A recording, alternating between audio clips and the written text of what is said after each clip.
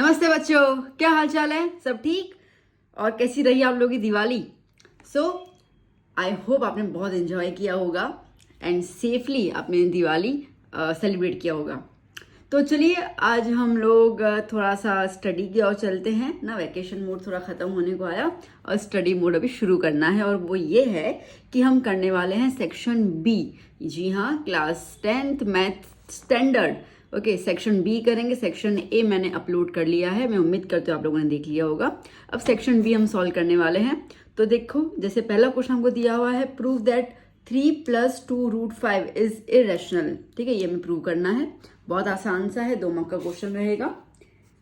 Okay, सो अब हम लोग क्या कर लेंगे, देखो हमें ये इरेशनल नंबर प्रूव करना है ना, तो हम लोग क्या करेंगे, हम लोग अज्यूम करेंगे कि ये रैशनल नंबर है। ठीक है, हम अज्यूम करेंगे कि ये रैशनल नंबर है। तो हम कैसे लिखेंगे, let x is equals to 3 + 2√5 is a rational number, है ना। अच्छा, अब रैशनल नंबर जो भी होते हैं ना बेटा, वो कैसे होते हैं, p/q फॉर्म में होते हैं, है ना। तो हम लोग इसके लिख देंगे, so therefore 3 + 2√5 is equals to a/b ना। p/q फॉर्म है तो इसके लिए मैं यहाँ पे a/b लिख देती हूँ। आप p/q लिख दो, कहीं के स्कूल में सिर्फ m लिखवाते हैं। देयर आर मैनी वेज, ठीक है, कोई इशू नहीं है। Where a and b are coprimes. A और बी कैसे हैं बेटा, को प्राइम्स है। को प्राइम्स का मतलब कैसा है, जो सिर्फ 1 की डबल में आते हैं, जैसे 5 और 7, ओके, 3 और 11, ठीक है, इसको हम को प्राइम्स कहते हैं। So therefore HCF of A and B is 1। ठीक है, इसके लिए इनका HCF क्या होगा, 1 होगा। ठीक है, अपन ने ये अज्यूम कर लिया। Okay, so therefore 3 + 2√5 is equals to a/b। देखो बेटा, जब भी ऐसे कुछ क्वेश्चन आते हैं ना, जैसे इस तरीके से आया, ये सॉल्व करना बहुत आसान है। आपको क्या करना है, आपको है ना, रूट को अकेला कर दो। ठीक है, ये जो रूट है ना, उसको आप अकेला कर दो। अकेला करने का मतलब ये कि उसके आसपास जितने भी, ठीक है, उसके साथी हैं, उनको आपको इक्वल टू के वहां पे शिफ्ट करना है। सबसे पहले हम शुरुआत करेंगे प्लस माइनस के नंबर्स को शिफ्ट करने की, मतलब कि बिना रूट के नंबर्स को। आई वुड से सबसे पहले हम लोग बिना रूट के नंबर्स को शिफ्ट करने की कोशिश करेंगे। तो क्या हो जाएगा, जैसे कि ये 3 को मैं पहले वहां पे ले लूँ, रूट नहीं ना इसके साथ कोई भी। सो 2√5 इज इक्वल्स टू a/b -3। ठीक है, ये 3 वहां पे गया तो माइनस में हो गया। अभी भी √5 के साथ 2 अवेलेबल है, मैंने कहा था √5 नंबर बिल्कुल अकेला कर दो। ठीक है, तो क्या हो जाएगा यहाँ पे, अब एक और स्टेप कर लेती हूँ मैं, पहले इसका एलसीएम ले लेते हैं। तो a - 3 × b is 3b whole upon b। ठीक है, क्लियर। अब ना मैं इस 2 को नीचे ले लेती हूँ। सो देयरफॉर मल्टीप्लाई है ना, तो इक्वल में डिवाइड में चला जाएगा। a - 3b अपॉन 2b आ गया ये। ठीक है, अच्छा अब देखो बेटा, हम लोगों ने ये बोला है कि ए और बी जो है वो क्या है, कोप्राइम्स है। चलो खूब। अब कोप्राइम मतलब है क्या, है तो नंबर्स ही ना, है तो इंटीजर्स ही ना। ठीक है, तो इसका मतलब है कि ए एक इंटीजर है, बी भी एक इंटीजर है, ये भी इंटीजर है। तो जब इंटीजर्स आपस में प्लस माइनस डिवाइड होंगे, ठीक है, तो हमें आंसर क्या मिलेगा, इंटीजर मिलेगा। बात पकड़ में आ गई। ठीक है, तो मैं दोबारा बता रही हूँ कि ए बी ये जो भी नंबर्स हैं वो है तो इंटीजर्स ही, है ना। कोप्राइम्स का मतलब क्या, मैंने आपको एग्जांपल क्या दिया, 3 और 11, 5 और 7, तो these are the numbers and all these numbers are nothing but the integers, और integers are nothing but the rational numbers. Mark my words, मैंने क्या बोला, जो भी हम सपोज कर रहे हैं ए और B they are coprimes. Coprime मतलब नंबर्स हैं, उन नंबर्स को हम लोग इंटीजर्स कहते हैं, और इन्हीं इंटीजर्स को हम लोग रैशनल नंबर्स कहते हैं। बात पकड़ में आ गई। ठीक है, तो इसका मतलब कि ये सारे के सारे इंटीजर है। हेयर a माइनस, ये पेन चल के नहीं रही, a - upon 2b is an integer, okay, which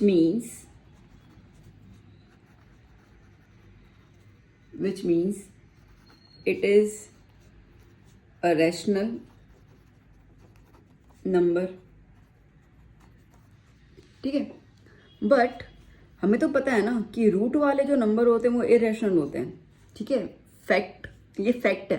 तो फैक्ट क्या है, फैक्ट ये है कि रूट 5 इरेशनल है। अब आप मेरे को बताओ, आप फैक्ट की तरफ जाओगे, यहाँ जो हमने सपोज किया, हमने ये सपोज किया ना लेट, ठीक है, तो आप सपोजिशन की तरफ जाओगे कि फैक्ट की तरफ जाओगे? ठीक है, मैं आपको कोई बोलूँ कि ये तो अनुमान है और कोई बोलूँगी ये तो फैक्ट है, इट्स ए यूनिवर्सल ट्रुथ, तो आप ट्रुथ को मानोगे कि अनुमान को मानोगे? ट्रुथ को मानोगे ना। और ट्रुथ क्या है, फैक्ट ये है कि रूट 5 जो है वो इरेशनल नंबर है। ठीक है, सो यहाँ पे आप कैसे लिखोगे, but the fact is that root 5 is an irrational number। तो भैया देखो यहाँ पर, तो अगर रूट 5 इरेशनल है और ये रेशनल है और दोनों अपन क्या लिख रहे हैं, इक्वल टू, बराबर, नहीं तो बराबर तो नहीं हो सकता ना। अच्छा ये सच्चाई है, इसका मतलब कि ये तो अपन ने सपोज किया, अनुमान लगाया, मतलब ये कि अपनी यहाँ पे गलती हो रही है। सच को तो कोई चेंज नहीं कर सकता ना, ठीक है, अनुमान को चेंज कर सकते हो। तो इसका मतलब ये कि अगर रूट 5 इरेशनल नंबर है, मतलब कि ये भी क्या हो जाएगा, इरेशनल नंबर। अगर ये भी इरेशनल, तो ये आया कहाँ से, ये आया तो यहीं से ही है ना, तो इसका मतलब ये भी क्या हो गया, इरेशनल हो गया। ठीक है, तो स्टेटमेंट कैसे फ्रेम कर लोगे आप, but the fact is that root 5 is an irrational number, so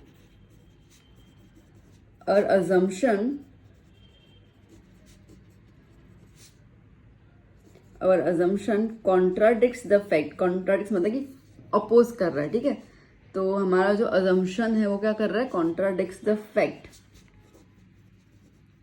so therefore 3 plus 2 root 5 is an irrational number, proved।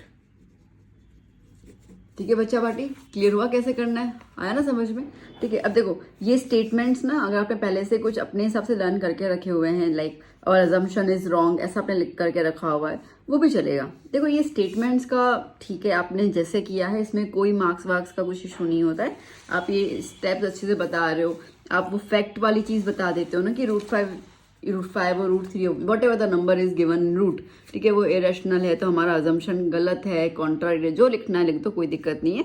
इसके आपको पूरे के पूरे 2 मार्क मिल जाते हैं। बात समझ में आई बेटा, कैसा लगा, ठीक लगा ना? चलो अब चलते हैं हम लोग नेक्स्ट क्वेश्चन की ओर। ओके ना बच्चों, 26 number question, a fraction becomes 9/11 if 2 is added to both numerator and denominator. ठीक है, अब ये वाला सेम क्वेश्चन ना बच्चा मैंने आपको चैप्टर 3 के जो बोर्ड के इंपॉर्टेंट क्वेश्चन दिए थे ना, उसमें मैंने दिया था, चेकआउट कर लेना। ठीक है, तो यही वाला क्वेश्चन सैम्पल पेपर में दिया हुआ है, दैट मीन्स कि इंपॉर्टेंट क्वेश्चंस इंपॉर्टेंट हैं। ठीक है, तो वो वाली सीरीज देखते जाना बच्चा। तो चलो, अब ये कह रहा है कि आपको 2 ऐड करना है न्यूमरेटर में और डिनोमिनेटर में, तो फ्रैक्शन क्या बन जाएगा, 9/11। और अगर हम लोग 3 ऐड करेंगे न्यूमरेटर और डिनोमिनेटर में, तो वो फ्रैक्शन क्या बन जाएगा, 5/6। तो ओरिजिनल फ्रैक्शन क्या है वो बताओ, जो हमें पता नहीं है। तो हम क्या कर लेंगे, सपोज कर लेंगे, let numerator be x and denominator be y। so therefore original fraction is equals to x upon y। ठीक है इतना ना, अकॉर्डिंग टू डाटा या क्वेश्चन, ठीक है, जो मैं डेटा दिया हुआ है, if 2 is added to numerator and denominator, तो ये ओरिजिनल न्यूमरेटर डिनोमिनेटर है, इन दोनों में क्या ऐड कर रहे हैं, 2 ऐड कर रहे हैं, तो फ्रैक्शन बन जा रहा है हमारा 9/11, है ना। And 3 is added to both numerator and denominator, अगर इनमें हम लोग 3 ऐड कर रहे हैं तो फ्रैक्शन बन जा रहा है 5/6। ठीक है, तो ओरिजिनल फ्रैक्शन बता दो क्या था। तो चलो पहले इसको सॉल्व आउट कर लेते हैं, और सॉल्व करके हम इसको standard form ax + by + c में कन्वर्ट कर लेते हैं। देखो ये यहाँ पे मल्टीप्लाई में चला जाएगा, ये यहाँ पे जाएगा क्रॉस मल्टीप्लाई, इक्वल टू के दोनों की तरफ ऊपर नीचे है ना, तो ये नीचे उस ऊपर की तरफ जाएगा और ये वाला नीचे इस ऊपर के साथ मल्टीप्लाई हो जाएगा। So therefore 11x/2 is equals to 9y + 2। ठीक है, चलिए 11 × x is 11x + 11 × 2 is 22, 9 × y is 9y + 9 × 2 is 18। समझ में आया ना? जो बाहर का नंबर है वो ब्रैकेट में दोनों नंबर्स के साथ मल्टीप्लाई हो रहा है, ठीक है। ओके, सो 11x प्लस 22, ये वाले टर्म्स अंदर ले लो, तो ये 9 अंदर आएगा, माइनस में चला जाएगा, 18 अंदर आएगा, माइनस में चला जाएगा, इज इक्वल्स टू 0, ठीक है। चलो इसको स्टैंडर्ड फॉर्म में कन्वर्ट कर लेते हैं। स्टैंडर्ड फॉर्म याद आ गया ना आपको बेटा? ax plus B Y plus C के फॉर्म में कन्वर्ट करना है, ठीक है। तो पहले x चाहिए 11x, फिर अच्छा मैंने स्क्रीन लगा दी, दोबारा लिख देती हूँ 11x, फिर y माइनस में है तो minus 9y, 22 plus 22 minus 18, plus 22 minus 18 कितना बचेगा 4, 22 is greater number, sign plus की इसके लिए लगा दिया प्लस, ये बन गया मेरा इक्वेशन नंबर 1, ठीक है। चलिए सेम चीज़ यहाँ पे कर लेते हैं हम लोग, ये यहाँ मल्टीप्लाई हो गया, यहाँ मल्टीप्लाई हो गया, ठीक है। So 6x plus 3 is equals to y 5 plus 3, multiply कर लेते हैं। 6 into x is 6x plus 6 into 3 is 18 equals to y into 5 is 5y plus 5 into 3 is 15, ठीक है। So therefore 6x plus 18 minus 5y minus 15 equals to 0, समझ में आ गया ना? ये दोनों टर्म्स को अंदर ले लिया, ठीक है। चलो अरेंज कर लेते हैं, पहले 6x फिर माइनस 5y, ओके ये क्या है प्लस 18 माइनस 15, 18 में से 15 आ गए, 3 बचेंगे, 18 ग्रेटर नंबर है, साइन प्लस की इसके लिए प्लस इक्वल टू 0, ये बन गया आपका इक्वेशन नंबर 2, ठीक है बेटा, समझ में आ गया। अब देखो आपके पास दो इक्वेशन फ्रेम हो गई ना, अब आपकी मर्जी है कि आप इसको सब्स्टिट्यूशन, एलिमिनेशन, ठीक है, दोनों में से जो आपको फॉर्म मेथड आता है आप उसमें सॉल्व कर सकते हो। तो मैं इसको करूँगी एलिमिनेशन से, ठीक है। तो मैं पहले दोनों इक्वेशन पीछे की तरफ लिख देती हूँ, पेज टर्न करके। 11x minus 9y plus 4, 11x minus 9y plus 4 equals to 0, और दूसरा आया 6x minus 5y plus 3 equals to 0, ठीक है। ओके ना बेटा, अब एलिमिनेशन करने के लिए आपको क्या करना पड़ेगा, कोई भी एक वेरिएबल के टर्म्स को इक्वल, एक वेरिएबल के कोएफिशिएंट्स को इक्वल करना पड़ेगा। किसको करें? x को कर लेते हैं, ठीक है। तो अब 11 और 6 दोनों में कुछ भी कॉमन तो है ही नहीं, ठीक है। तो इसके लिए ये वाले को मैं 6 से मल्टीप्लाई कर लेती हूँ और ये वाले को मैं 11 से, समझ में आया ना? 11 की टेबल में 6 आता है ना, 6 की 11 टेबल आता है, तो इसका मतलब कि ये दोनों आपस में ही मल्टीप्लाई हो जाएंगे। तो ये 6 ऊपर की तरफ चला गया और ये 11 नीचे की तरफ से मल्टीप्लाई हो जाएगा, ठीक है। तो क्या हो जाएगा, पूरे के पूरे टर्म्स को मल्टीप्लाई करना है, ठीक है ना। तो 6 into 11 is 66x minus 6 into 9 is 54y plus 6 into 4 is 24 equals to 0। 11 से मल्टीप्लाई कर लेते हैं, 6 into 11 is 66x minus 5 into 11 is 55y plus 11 into 3 is 33 equals to 0, ठीक है। अब कटिंग करने के लिए we need to change the sign, because 66 same number तो आगे बढ़, दोनों प्लस में है, तो ये माइनस में कर दिया। ये नीचे वाला नंबर क्या है, माइनस है, तो ये क्या हो जाएगा प्लस, और ये नीचे वाला नंबर क्या है, प्लस है, तो क्या होगा माइनस। साइन चेंज करोगे by looking the second equation sign, ठीक है। सो क्या हो गया, कैंसल आउट। अच्छा अब देखो ये 3 साइन आ गए ना, 1 2 3, तो हम मिडल वाली को छुपा देंगे, ओके। अब हम करेंगे पहली और आखिरी का रिलेशन, तो minus plus minus, minus plus minus, minus करना है इसका मतलब। तो 54 में से 55 गया तो 1y। अच्छा अब साइन देखो तो 54 की साइन माइनस की, 55 की साइन प्लस की है, ये साइन नहीं, ये वाली साइन गिनोगे, ठीक है। चेंज करने के बाद लड़कियां शादी करके जाती हैं, उनकी सरनेम चेंज हो जाती है ना, ठीक है। तो उसके बाद वो हमेशा अपने पति देव की सरनेम पीछे लगाते हैं, है ना। तो इसकी शादी हो गई, इसके लिए अब इसकी सरनेम ये है, तो ये वाली सरनेम को ही आपको देखना है। तो प्लस माइनस माइनस तो किया अपन ने, 55 ग्रेटर नंबर है, साइन इसकी प्लस है, तो ये प्लस का प्लस रहेगा। सेम चीज़ यहाँ पे इसको छुपा दो, प्लस माइनस माइनस, ओके। 33 में से 24 जाएगा 9, ओके 33 की साइन माइनस की, ग्रेटर नंबर है -9 इक्वल्स टू 0, ठीक है।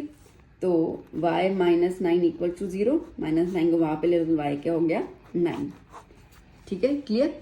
अब ये वाला जो वैल्यू है वो आप सब्स्टिट्यूट कर लोगे, put y is equal to 9 in equation.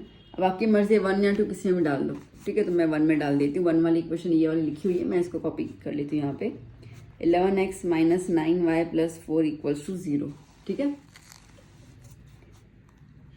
So 11x - 9y की जगह 9 + 4 equals to 0, 11x - 81 + 4 equals to 0, 11x - 80 minus plus minus, ठीक है। तो 81 में से माइनस हो जा रहा है 4, है ना, हाँ 81 में से 4 माइनस होगा तो हमें मिलेगा 77। So therefore 11x equals to 77, ये वहाँ पे शिफ्ट हो गया। So therefore x is equals to 77 upon 11, sorry, तो x इज इक्वल्स टू 7, 11 1 ज़ा 11 7 ज़ा। सो thus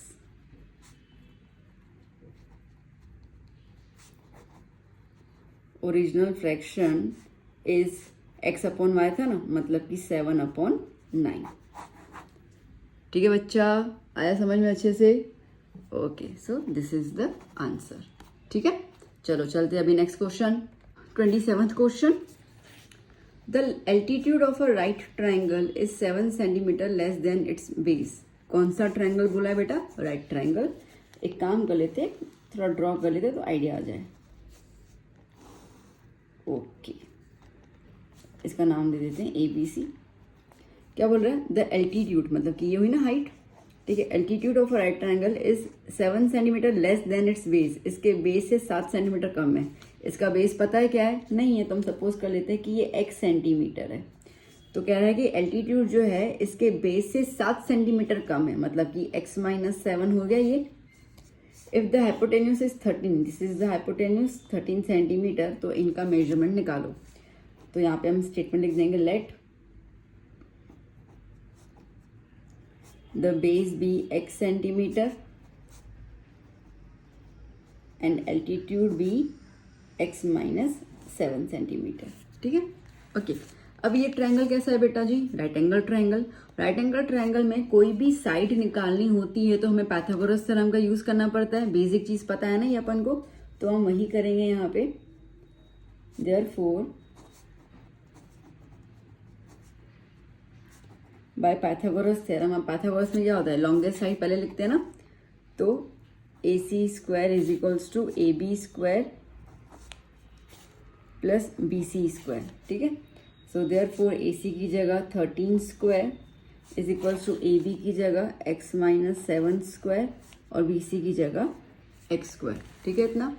ओके, 13 का स्क्वायर इज 169 ना बेटा जी। यहाँ पे देख लो, x - 7 है, that is a - b whole square का फॉर्मूला लगेगा यहाँ पर, है ना।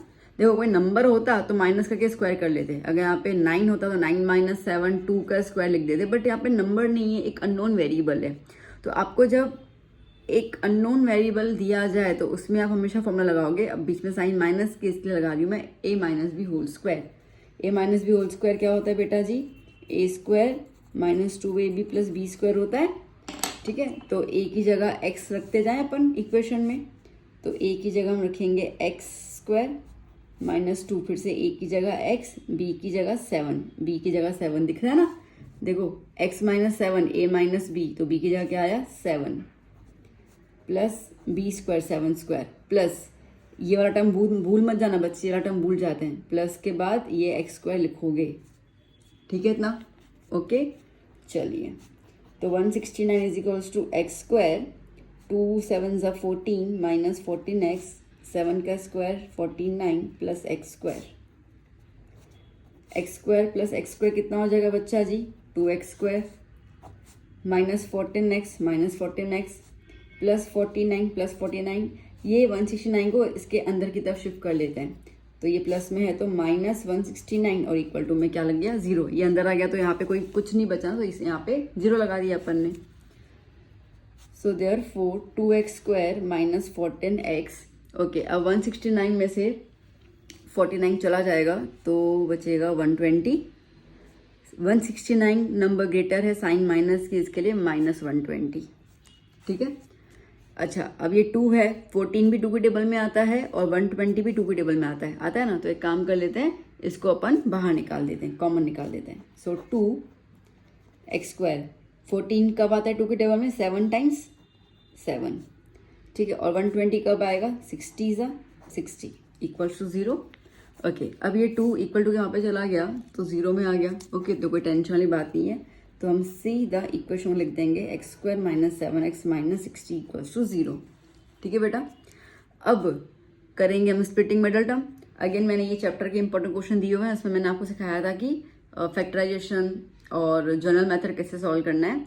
ठीक है। तो अभी आपको जनरल मेथड आता है तो उससे भी कर सकते हो factorisation, like you can opt any method. ठीक है, ईदर फैक्टराइजेशन और जनरल मेथड जो भी आपको आता है। और मैंने वो वाले इंपॉर्टेंट क्वेश्चन में अच्छे से पूरा सिखाया था, तो उसको देख लोगे तो आपको कंप्लीटली क्लियर हो जाएगा कि कैसे करना है। हालांकि मैं बता रही हूँ, बट मैं यहाँ पे अभी आपको एक मेथड सिखा रही हूँ, that is the factorisation.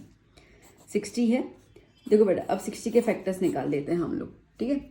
So 2 30s, 2 15s, 3 5s, 5 1s। ठीक है। मिडल में क्या चाहिए? 7 चाहिए। अब अपने पास ये जो नंबर्स आए ना, इनके 2 ग्रुप बना लेते हैं और उसमें देखते हैं 7 कब आता है प्लस माइनस करके। जैसे कि 2 2s 4, 3 5s 15। 15 में से 4 गया तो 11 और प्लस करेंगे तो 19, तो नहीं बनाइए। ओके, फिर देखते हैं 2 3s 6, 2 5s 10। 10 में से 6 गया तो 4 और प्लस करेंगे 17। ठीक है, नहीं आया ऐसे। 2 2s 4, 4 3s 12। अब 3 नंबर लिए मैंने। 2 2s 4, 4 3s 12, 12 और ये क्या है 5। 12 में से 5 जाएगा, 7 बचेगा। हाँ जी बचेगा, मतलब कि ये फैक्टर अपना सही है। तो अगर आपका इस तरीके से दिमाग नहीं लगाना, then go for the quadratic formula. कौन सा है वो ना, -b + -b² 4ac, वो वाले फॉर्मूला चले जाओ, उसमें तो बहुत ईजी हो जाता है, इसमें कुछ सोचने की जरूरत नहीं है। x², अगर ऐसा कुछ और सम आएगा तो मैं फिर तो वो वाला सम उस फॉर्मूला से आगे बता दूंगी, तो आपको दोनों फॉर्मूलाज क्लियर हो जाएंगी।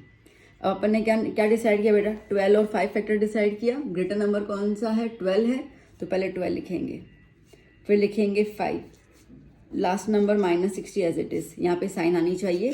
कैसे आएगी? इन दोनों का मर्ज, माइनस माइनस प्लस। चलो बहुत खूब, 4 टर्म आ गए तो 2 2 का ग्रुप बन गया। यहाँ पे क्या कॉमन निकलेगा? x - 12।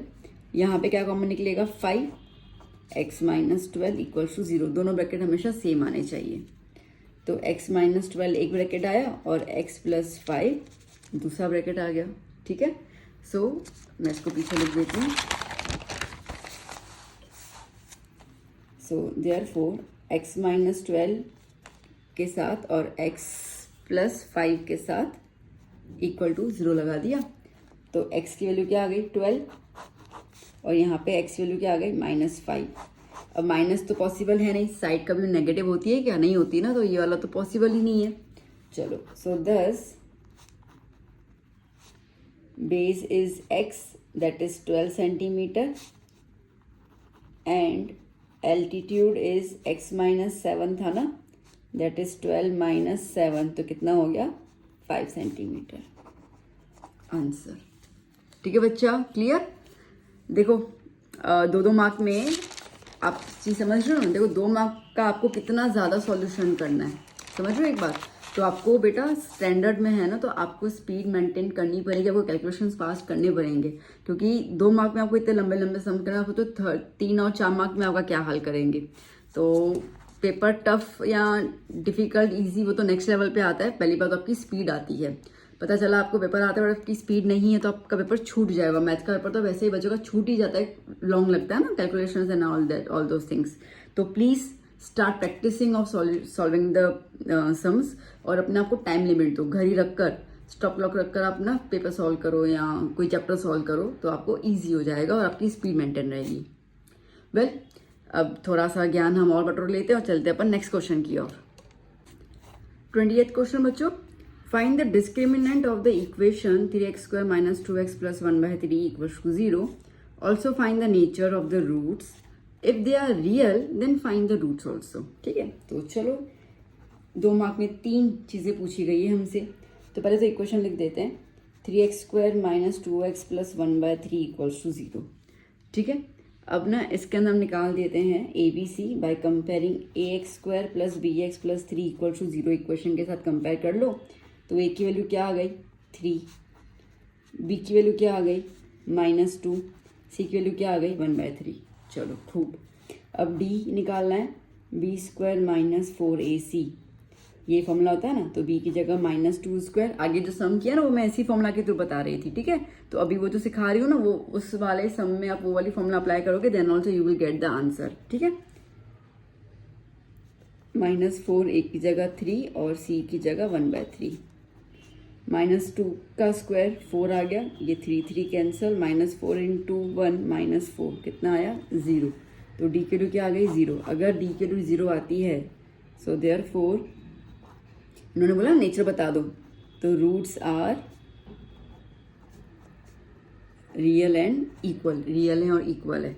अब रियल आ गया, इन्होंने बोला ना कि इफ दे आर रियल, ये रहा, if they are real find the roots, तो रियल तो है ही, तो अभी रूट्स निकाल रहे हैं और इक्वल है। d = 0 है मतलब कि रूट्स कैसे इक्वल है, मतलब कि x की 2 वैल्यू निकलेगी ना, दोनों की वैल्यू सेम होगी। ठीक है, तो चलो इसको निकालने का शुरू करते हैं अपन। अब फॉर्मूला मैंने आपको बताया होगा, फिर से भी बता रही हूँ मैं, x = -b ± √d/4a। ठीक है, ये वाला अपने पास फॉर्मूला, सॉरी 2 है। ठीक है, ये वाला अपने पास फॉर्मूला रहता है। तो x = अब b के लिए -2 है, -2 प्लस d तो 0 आया 2, और a की वैल्यू क्या है, a की वैल्यू 3 है। ठीक है, तो x = प्लस, ओके, अब ये रूट 0 तो 0 ही आएगा ना, कोई फर्क थोड़ी पड़ेगा, तो +-0/6। ठीक है, तो x की वैल्यू 2/6, एक बार प्लस में 0 लिखो, x की वैल्यू 2, एक बार माइनस में 0 लिखो। हालांकि ये स्टेप करने की कोई ज़रूरत नहीं अगर आपको अच्छे से मेथड आता है तो, बट मैं सिखा रही हूँ कि कुछ बच्चों को शायद कन्फ्यूजन ना हो जाए। 2 + 0 2/6, 2 - 0 2, क्या फ़र्क पड़ता है ना, 2 0 प्लस का माइनस करो कुछ फ़र्क तो पड़ने नहीं वाला। तो ये 1/3 और ये भी क्या आया 1/3, तो x की वैल्यू क्या आई 1/3। मैंने कहा ना इक्वल है तो इसके लिए दोनों वैल्यूज़ कैसी आएंगी, सेम आएंगी। दंडनान आंसर। ठीक है, क्लियर बच्चा, समझ में आ रहा है अच्छे से। मैं उम्मीद करती हूँ कि मैं सफल रह रही हूँ आपको सिंपलेस्ट से सिंपलेस्ट लैंग्वेज में समझाने की। मैं नहीं चाहती कि ऐसे कोई अनापशना वाली लैंग्वेज में यूज़ कर लूँ जो बच्चे कंफ्यूज हो जाए। ओके, तो मैं वही पूरी ट्राई करूँ कि मैं बहुत सिंपल लैंग्वेज रखूँ और बहुत सिंपल मेथड आपको बताती जाऊँ और समझाती जाऊँ। So well, this is the answer. चलते भी नेक्स्ट क्वेश्चन की ओर। नाउ बच्चों 29 क्वेश्चन देखो क्या कह रहा है। If the sum of the first n terms of an AP is 4n - n²। ठीक है, तो आपको SN sum of the first n terms बोला है ना, तो SN आपको दिया हुआ है 4n - n²। What is the first term that is S1। S1 या फर्स्ट टर्म क्या है वो बता दो। What is the sum of the first 2 terms, मतलब कि हमें S1 बताना है, हमें S2 बताना है, and what is the second term, और हमें A2 बताना है। ठीक है, ये 3 चीज़ अपने को बतानी है। चलिए, तो अब आपको बोला गया what is the first term. अब देखो A1 या A और S1 एक ही बात है ना, तो उसमें तो कोई टेंशन है नहीं। तो हम यहाँ पे क्या कर लेंगे, n को पहले 1 सपोज कर लेते हैं, तो S1 = 4, n की जगह पे 1 लगा दिया, -1²। S1 = 4 - 1, ठीक है, 1 का स्क्वायर इज 1, 4 - 1 कितना आ गया 3, तो S1 कितना आया 3। So therefore first term A और सम ऑफ द फर्स्ट टर्म दोनों सेम होता है 3। इतना क्लियर हो गया। अब आपको बोला गया कि S2 निकालो। ठीक है, नाउ n = क्या हो जाएगा 2, तो S2 = फॉर्मूला 4 n की जगह पर 2 माइनस n की जगह पर 2 का स्क्वायर। ठीक है, 4 2 = 8, 2 का स्क्वायर 4, 8 - 4 इज 4, तो सम ऑफ द 2 टर्म्स इज 4। ठीक है, इतना क्लियर हो गया। अब आपसे पूछा जा रहा है, अब आपसे पूछा है A2 निकालो। ठीक है ना, देखो बेटा, ना अब फॉर्मूला क्या होता है, फॉर्मूला ऐसा रहता है हमारे पास, ए एन, कोई भी टर्म अपने को निकालना है ना, ठीक है, A N is S N minus S N minus one, ये अपना फॉर्मूला रहता है, ठीक है। फॉर्मूला वाली शीट देखी होगी ना आप लोगों ने। तो हमें सेकंड टर्म निकालना है, तो A two S two, N की जगह पर two minus one, A two S two minus one is S one, simple सी बात है। So A two S two कितना है 4 माइनस एस वन कितना है 3, ठीक है। तो सेकंड टर्म क्या है, 4 minus 3 is 1, that means the value of second term is 1, ठीक है बच्चा, क्लियर। अच्छा, आप ना इस चीज़ को एक और तरीके से कर सकते हो, देखो मैं सिखा देती हूँ आपको, फिर आपको जो इजी लगे, ठीक है बेटा। ऐसा ज़रूरी नहीं कि ये सम करो, आपको जो इजी लगे। यहाँ पे ध्यान दो, देखो S2 क्या होता है बेटा, S2 is the sum of two terms, A2 plus A1, सीधी सी बात है ना, ठीक है। अच्छा, अब S2 क्या आया 4 आया, A2 मुझे निकालना है, और A1 अपन ने बोल के रखा हुआ है, A1 या A कितना है 3 है, तो क्या कर दिया 3, तो इसको हम यहाँ पे ले लो, तो 4 minus 3 is equals to A2, तो A2 क्या आया 1, इससे भी निकल गया। बात समझ में आई। ये एक फॉर्मूला है, ये आपको नहीं क्लियर करना तो कोई दिक्कत नहीं है, आप ना लॉजिकली देखो। लॉजिकली क्या बोलता है, S2 is the sum of two terms, मतलब कि A1 और A2 का प्लस, ठीक है। A2 मुझे निकालने को बोला है, S2 मेरे पास है और A1 मैंने पहले ही निकाल दिया, माइनस कर दो आपको A2 मिल जाएगा। बात समझ में आई, ठीक है। दोनों चीजें हैं, आपको जो समझ आया और जो इजी लगा फॉलो इट, कोई टेंशन वाली बात नहीं है, ठीक है। चलो अभी चलते हैं नेक्स्ट क्वेश्चन की ओर। ना बच्चों 30th question, if sine theta equals to cos theta, okay, if sine theta equals to cos theta, ठीक है, तो then find the value of tan theta upon 1 minus cot theta plus cot theta upon 1 minus tan theta. तो चलो इतना clear है, okay. अब देखो बच्चों, साइन थीटा और कॉस थीटा की वैल्यू कब सेम आती है, अगर आपको वैल्यूज थोड़ी याद हो तो आपको याद होगा कि थीटा अगर 45 डिग्री होता है तो साइन 45 की डिग्री 1/√2 होता है, और कॉस 45 की डिग्री भी कितना होता है 1/√2 होता है। तो अगर ये दोनों सेम है, इसका थीटा 45 मान सकते हैं अपन, ठीक है। अब अपन को ये वैल्यू निकालनी है, तो थीटा 45 तो आ गया हमारे पास, तो चलो ये तो पॉइंट क्लियर हो गया। Now tan theta upon 1 minus cot theta plus cot theta upon 1 minus tan theta, तो tan 45 upon 1 minus cot 45 plus cot 45 upon 1 minus tan 45, ठीक है इतना। अच्छा, टेन 45 की वैल्यू क्या होती है बेटा 1 होती है, 1 माइनस कॉट 45 की वैल्यू भी तो 1 ही होती है, तो 1 minus 1 minus 1 is 0 plus 1 minus 1 is 0, not defined, ठीक है। तो अपॉन में 0 आता है तो हम डिफाइन ही नहीं कर सकते हैं, तो इसका मतलब की वैल्यू क्या आ गई हमारी नॉट डिफाइंड, हम इसको कुछ भी नहीं बता सकते हैं या अनडिफाइंड, ठीक है बच्चा, क्लियर हुआ अच्छे से ये, ठीक है। तो हमने साइन और कॉस इक्वल बोला ना, तो उस हिसाब से अपन ने ये लिखा कि अगर दोनों की वैल्यू सेम कब आती है 45 पे आती है, थीटा मतलब क्या होना चाहिए 45 आना चाहिए, क्योंकि इन्होंने बोला फाइंड द वैल्यू, तो we need the value, okay. तो we need the value of theta, तब जाके तो इसकी वैल्यू निकाल पाएंगे ना अपन, तो इसके लिए हमने थीटा की वैल्यू निकाल दी 45 एंड देन अप्लाई कर लिया, ठीक है। चलो नेक्स्ट क्वेश्चन की तरफ चलते हैं अपन। ना बच्चों 31 नंबर क्वेश्चन क्या कह रहा है, prove that √1 plus sine A upon 1 minus sine A equal to sec A plus 10 है, ठीक है। इसको प्रूव करना है, इक्वल टू के पहले वाले को LHS और इक्वल टू के बाहर वाले को RHS, ठीक है। तो पहले हम LHS ले लेंगे हम लोग, सो LHS 1 plus sine A upon 1 minus sine ए, ठीक है। अब देखो बेटा, अब साइन को हम लोग और सिंप्लीफाई तो नहीं कर सकते हैं, ठीक है। जैसे अगर हमें 10 होता तो मैं साइन अपॉन कॉस लिख देती, बट साइन को तो और कुछ कर नहीं पाएंगे और ए कुछ वैल्यू निकाल नहीं पाएंगे, तो हम एक काम करते हैं, हम इसको करते हैं रैशनलाइजेशन, मतलब कि ये जो नीचे वाला नंबर है ना, इसको ऊपर नीचे मल्टीप्लाई कर लेते हैं बाय चेंजिंग द साइन, इसको हम कहेंगे रैशनलाइजिंग द ट्रिग्नोमेट्रिक रेशियो, ठीक है। तो क्या हो जाएगा 1 plus sine A upon 1 minus sine ए, ये एज इट इज लिख दिया, मल्टीप्लाई जो नीचे वाला है ना, नीचे वाला माइनस की साइन है तो प्लस की साइन कर दिया, तो 1 plus sine A upon 1 plus sine A, under root.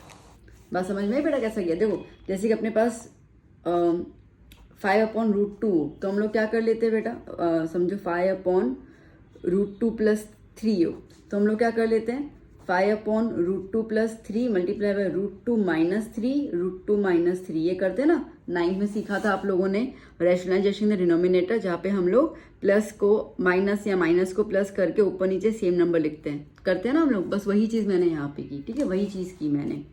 तो इस नंबर का साइन चेंज कर लिया, तो माइनस का क्या हो गया प्लस, और लिख दिया। अब बेटा जी आप अगर नज़र फेर दो तो ऊपर के दोनों टर्म सेम है, 1 + sin थीटा 1 + sin थीटा, मतलब कि ये होल स्क्वायर हो गया।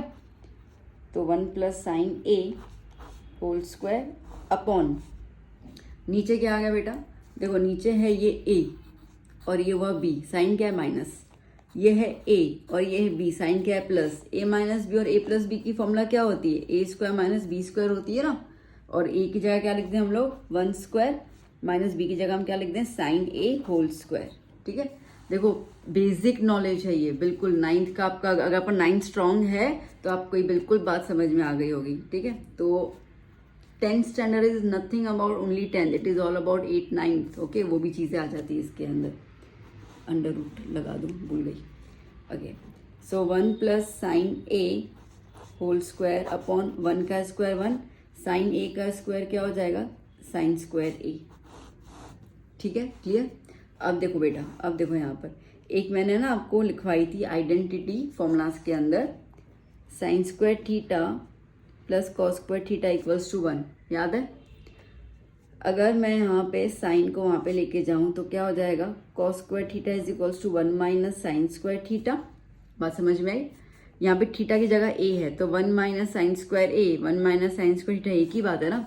तो इसके बराबरी में कौन है cos² थीटा, तो इसकी बराबरी में मैं यहाँ पे cos² A लिख सकती हूँ, एक ही बात है, ठीक है। तो हम यहाँ पे बता रहे हैं identity. So 1 + sin A whole square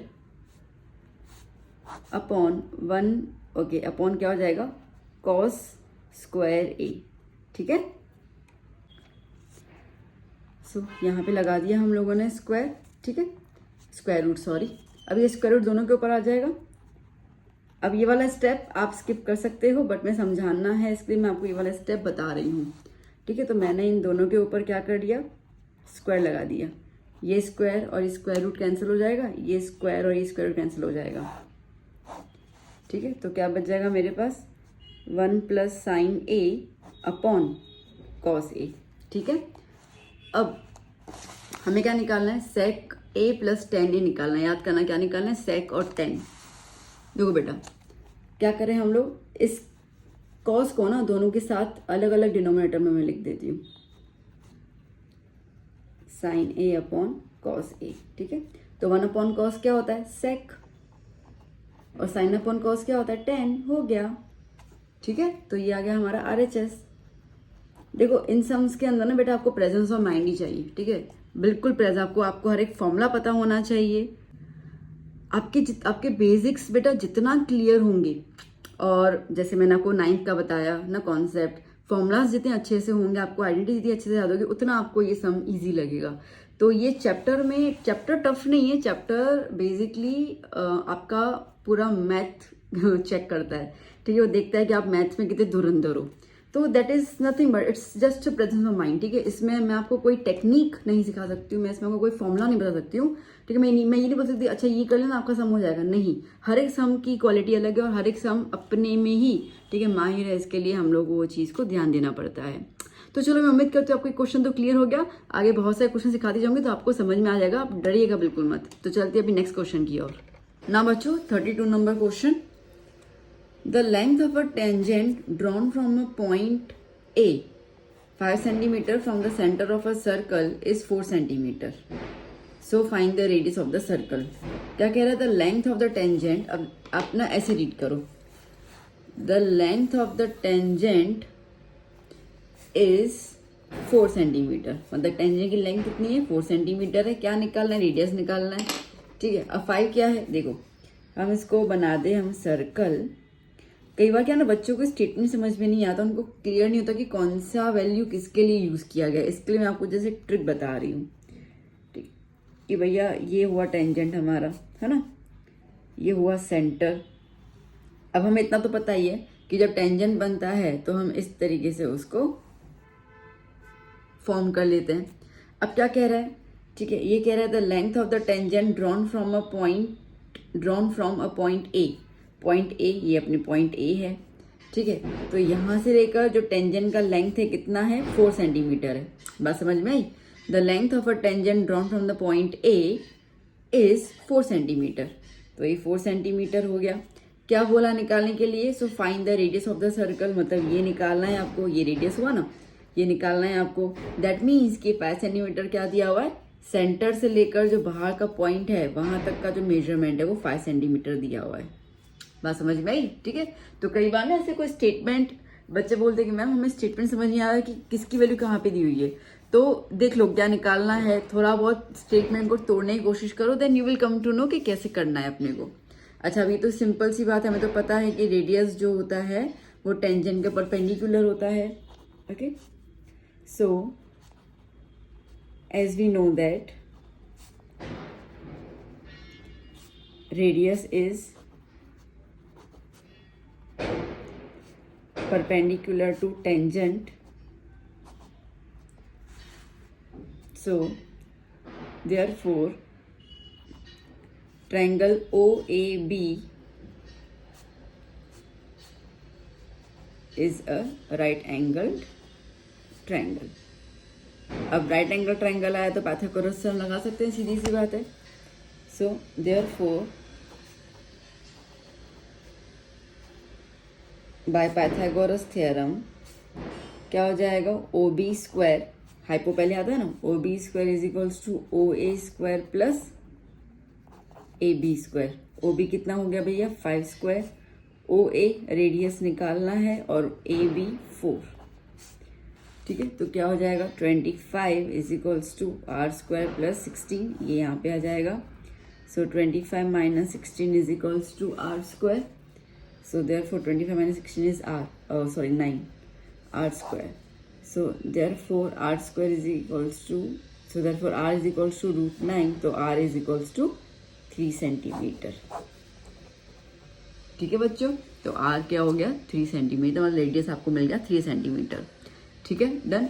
देखो अब अगर ये वाला क्वेश्चन 1 मार्क में आता ना तो इतना अपन कुछ करते नहीं, डायरेक्टली हम लोग पाइथागोरस लगा लिख देते, बट ये 2 मार्क का है तो 2 मार्क में आपको ये बताना पड़ेगा कि रेडियस जो है वो परपेंडिकुलर होता है टेंजेंट के, तब जाके ट्रायंगल बना 90 डिग्री, तब जाके हम पाइथागोरस थ्योरम लगा सकते हैं। ठीक है, तो ये वाली चीज ध्यान देना। देखो ये ना टीचर पे डिपेंड करता है आपके, अगर आप ये नहीं लिखते हो तो शायद आपके मार्क्स काट भी लें। अच्छा, जैसे कि एक बहुत ज्यादा क्लेवर बच्चा है ना, 90% लाने वाला बच्चा है, तो जैसे मैं आपको क्लियर फैक्ट बताऊं कि अगर कोई बच्चा 80 और 80 मैथ्स में लाने के उसमें आ जा रहा है, या 75 से ज्यादा अगर किसी बच्चे के मार्क्स आ रहे हैं ना, तो टीचर क्या करता है, ये बोर्ड का रूल है, ठीक है, तो पेपर फिर से चेक करेगा पूरा, और जहां जहां पे, ठीक है, ऐसे जैसे स्टेटमेंट नहीं लिखा, अब मैंने क्या बोला, ये स्टेटमेंट इतना मायने नहीं रखता है, समझ रहे हो। अगर एक बच्चा 60 मार्क्स लेने वाला होगा ना तो शायद ये स्टेटमेंट के लिए उसके मार्क्स नहीं काटे जाएंगे अगर वो नहीं लिखता है तो, बट जो बच्चा 80 और 80 लाने वाला होगा ना तो उसके मार्क्स काटे जाएंगे कि तुम तो इतने होशियार हो तो तुमने वाला स्टेटमेंट क्यों नहीं लिखा है, तो हम इससे तुम्हें मार्क्स काटेंगे। ठीक है, तो इसके लिए मैं ये चीज बता रही हूँ कि जिनका है कि मैथ्स में आई नीड 75 to 80 और 80 on 80, तो आपको ये सब चीजें ध्यान देनी पड़ेंगी। ठीक है, तो इसके लिए ये 2 मार्क में आपको पूरा ये मैंने अच्छे से प्रेजेंट किया। डन, चलो चलते हैं नेक्स्ट क्वेश्चन की ओर। ना बच्चों 33 number question, a solid is in the shape of a cone standing on a hemisphere. Okay, एक सॉलिड है, मतलब एक सब्सटेंस हमारे पास जहां पर एक हेमिस्फीयर है, ओके, और उसके ऊपर जो है वो कोन रखा गया है। ठीक है इतना, A solid is in the shape of a cone standing on a hemisphere with both their radii being equal to 1 centimeter. दोनों का जो रेडियस है वो कितना है, 1 सेंटीमीटर है। ओके, तो देखो एक कॉलम कोन का बना दो, एक कॉलम हेमिस्फीयर का बना दो, HS मतलब हेमिस्फीयर। ठीक है, तो दोनों का रेडियस कितना कह रहा है, 1 सेंटीमीटर, 1 सेंटीमीटर। ठीक है, okay, and the height of the cone is equal to its radius. Cone का जो ये हाइट है, ये रहा ये हाइट, ठीक है, ये भी कितना बोला गया बेटा, 1 centimetre. Okay, that means the height of the cone is 1 centimeter. Find the volume of the solid in terms of pi. ठीक है, तो इसका हमें वॉल्यूम निकालना है. So volume of solid is nothing but क्या हो जाएगा, volume of cone plus volume of hemisphere. सीधी सी बात है. ठीक है, दो शेप दी है उनके वॉल्यूम को प्लस कर लोगे तो आपको पूरे सॉलिड का, पूरे शेप का आपको वॉल्यूम मिल जाएगा. So volume of cone plus volume of hemisphere. ठीक है बच्चा बाटी. चलिए, वॉल्यूम ऑफ कोन क्या फॉर्मूला होता है, 1/3 pi R square H plus volume of hemisphere का फॉर्मूला क्या होता है, 2/3 पाई आर क्यूब. ठीक है, अब इन्होंने कहा है कि पाई के टर्म्स में आंसर निकाला, मतलब हमें पाई के लिए सब्स्टिट्यूट नहीं करनी है. ठीक है, हमें आंसर में पाई चाहिए. ठीक है, तो 1/3 पाई, रेडियस कितना है बेटा 1 स्क्वायर, हाइट कितनी है 1, 2/3 पाई, रेडियस कितना है हेमिस्फीयर का 1 लगा दिया हम लोगों ने. 1/3 पाई हो जाएगा 1 का स्क्वायर 1 इंटू 1, सब कुछ 1 तो कुछ मल्टीप्लाई होगा ही नहीं ना, एज इट इज रहेगा. 2/3 पाई, अगेन ये 1 का क्यूब इज 1. ठीक है, सो अब आप देखो तो नीचे का डिनोमिनेटर सेम है, मतलब कि एलसीएम लेने की जरूरत नहीं, हम डायरेक्टली न्यूमरेटर्स को प्लस कर सकते हो. तो 1 पाई प्लस 2 पाई होल अपॉन 3, 1 प्लस 2 3 पाई, 3 पाई अपॉन 3, 3 कैंसिल, क्या आया पाई. वॉल्यूम है इसके लिए सेंटीमीटर क्यूब. ठीक है, डन, इजी है ना. ओके, चलो चलते हैं नेक्स्ट क्वेश्चन की ओर. ना बच्चों, 34th question, find mode for the given data. L आपको दिया हुआ है, एच, एफ नॉट, F1 और F2 दिया हुआ है. ठीक है, तो सीधा लगा देते हैं फॉर्मूला. तो मोड का फॉर्मूला क्या होता है, L plus F1 minus F not मतलब F0. ठीक है, upon 2 F1 minus F0 minus F2 multiply by H. ठीक, चलिए, तो L कितना है 40, F1 कितना है, F1 है 7, F0 कितना है 3, 2 F1 कितना है 7 माइनस F0 3 और F2 6 मल्टीप्लाई बाय H कितना है 15. सारे वैल्यूज दिए हैं ना, उसमें अप्लाई करती गई. सो 40 प्लस 7 माइनस 3 इज 4, 2 7 ज़ा 14 माइनस माइनस माइनस प्लस होता है ना, तो 3 प्लस 6 9. ठीक है, multiply by 15. Okay, so 40 plus 4 upon, okay 14 में से आप जब 9 को माइनस करो आपको मिलेगा 5, मल्टीप्लाई बाय 15. ओके, 5 1 ज़ा 5 3 ज़ा 40 प्लस क्या बचा 4 मल्टीप्लाई बाय 3. ठीक है, तो 40 प्लस 12 कितना आया 52. तो z की वैल्यू कितनी आ गई बच्चा जी 52. बहुत इजी था. ठीक है, बहुत इजी, कुछ था ही नहीं इसके अंदर. चलिए next question, 35th question. For the given information L 145 दिया हुआ है, H दिया हुआ है, N/2 दिया हुआ है, CF मीडियन निकालना है. चलो फिर से आसान चीज़ें आ गई. Median is equals to L plus N/2 minus CF upon F multiply by H, यही फॉर्मूला रहता है. ठीक है, L कितना दिया हुआ है, L ये 145, N/2 25, CF 11, F 18 और H 15. ठीक है, वैल्यू सप्लाई कर दी. 145 प्लस 25 में से 11 गया 14 बचेगा ना, हाँ जी, अपॉन 18 मल्टीप्लाई बाय 15. ओके, 2 7 ज़ा 14 और 2 9 ज़ा 18, 3 3 ज़ा 9, 3 5 ज़ा 15. ठीक है, तो क्या क्या बच गया अपने पास, 145 प्लस 7, बीच में साइन है मल्टीप्लाई की, फिर नंबर आया 5 और अपॉन में नंबर बचा 3. ठीक है, क्लियर. सो 145 प्लस 35 अपॉन 3. सो 145 प्लस 35 बाय 3, 35 को 3 से डिवाइड कर लेते, 3 1 ज़ा 3, 0 5, 3 1 ज़ा 3, कितना बचेगा 2.0, 6 ज़ा 18, 2 0 चलता जाएगा, तो 11.6 ठीक है, तो 145 में 11.6 प्लस करो तो 651, तो कितना आया आंसर 156.6, ये बन गया median. That's it, clear. Okay, again formula लगा के सिर्फ अपन को कैलकुलेशन करनी थी। Okay, so let's start with the next question. 36 question, Rekha and Diya are friends, what is the probability that both will have different birthdays and the same birthday. ठीक है, ignoring the leap year, leap year नहीं है, अब leap year नहीं है तो इसका मतलब कि कितने दिन हो जाएंगे, 365 डेज हो जाएंगे total. Okay, so total days कितने हैं, 365 डेज। ठीक है, अब हम लोग पी ए ले लेते हैं, या let's say let A be the event of different birthdays. ठीक है, अलग अलग बर्थडे हो उनका। ठीक है, अब बर्थडे अलग अलग है। अब आप मुझे बताओ कि समझो कि रेखा का बर्थडे एक दिन पे है। ठीक है, समझो कि 1 जनवरी को रेखा का बर्थडे है, तो दिया का बर्थडे कब होगा। अब 1 जनवरी को छोड़ के बाकी जितने भी दिन आगे उसमें से कोई भी दिन उसका बर्थडे हो जाएगा। ठीक है, तो डिफरेंट बर्थडेज आने की प्रोबेबिलिटी फिर क्या हो जाती है, डिफरेंट बर्थडेज आने की प्रोबेबिलिटी हमारे पास कितनी हो जाती है। फॉर्मूला क्या होता है बेटा अपने को, number of favourable outcome upon total number of outcomes, ये फॉर्मूला रहता है। ठीक है, तो probability of the event A, अब जैसे मैंने कहा कि सपोज करते हैं कि रेखा का 1 जनवरी को बर्थडे आ जाता है, तो दिया के पास कितने दिन बच जाते हैं, 364 डेज बच जाते हैं। टोटल 365 में से आप 1 माइनस कर दो। ठीक है, तो उसकी प्रोबेबिलिटी क्या हो गई, नंबर ऑफ फेवरेबल, मतलब कितने दिन उसके पास 364 में से किसी भी दिन पे उसका बर्थडे आ सकता है out of 365। Simple, got it. ये फर्स्ट वाला आ गया। सेकंड क्या कह रहा है, हैव द सेम बर्थडे। ठीक है, सेम बर्थडे आना चाहिए। ओके, सो अगर हम बात करते हैं यहाँ पे टोटल डेज 365 है। ठीक है, सो लेट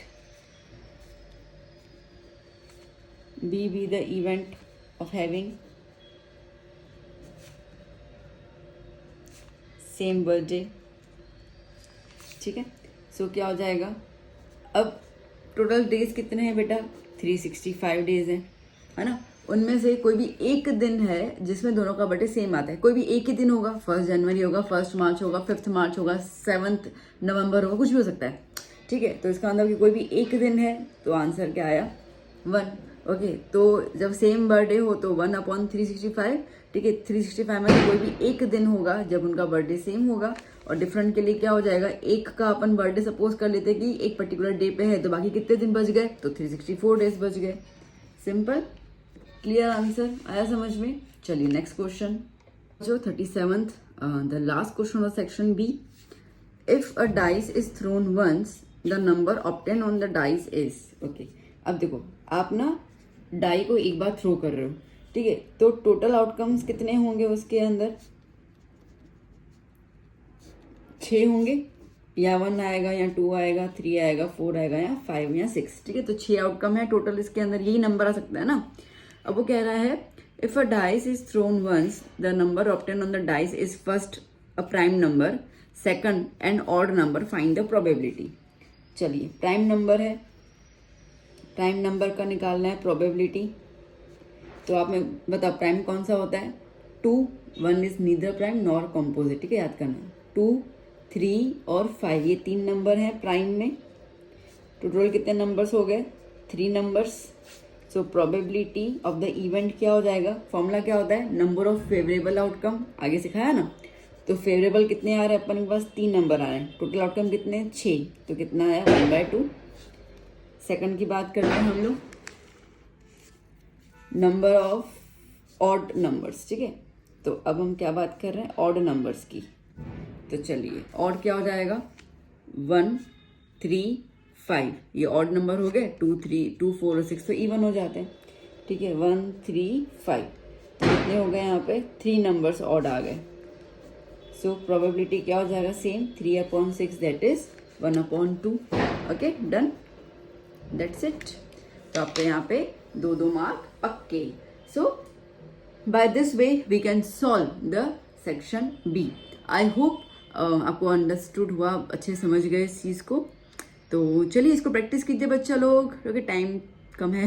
ओके, प्रैक्टिस कीजिए, अच्छे से आप सॉल्व कर लीजिए। अब मैं नेक्स्ट सेक्शन जल्दी लेके आऊँगी, जहाँ पे हम सेक्शन सी की बात करेंगे। Keep watching the videos, keep recommend my channel to your friends, और हम ऐसे करके पूरा कंप्लीट करेंगे सेक्शंस। टेंशन मत लेना, बहुत सारे बच्चे टेंशन में आ गए, मुझे कुछ कमेंट्स कर लेते हैं, ठीक है। तो आपको मैं पूरी हेल्प करूँगी बेटा, टेंशन मत लेना। Okay, I am here with you. तो चलो बच्चों, मिलते हैं हम लोग नेक्स्ट वीडियो लेक्चर में। Bye bye, take care.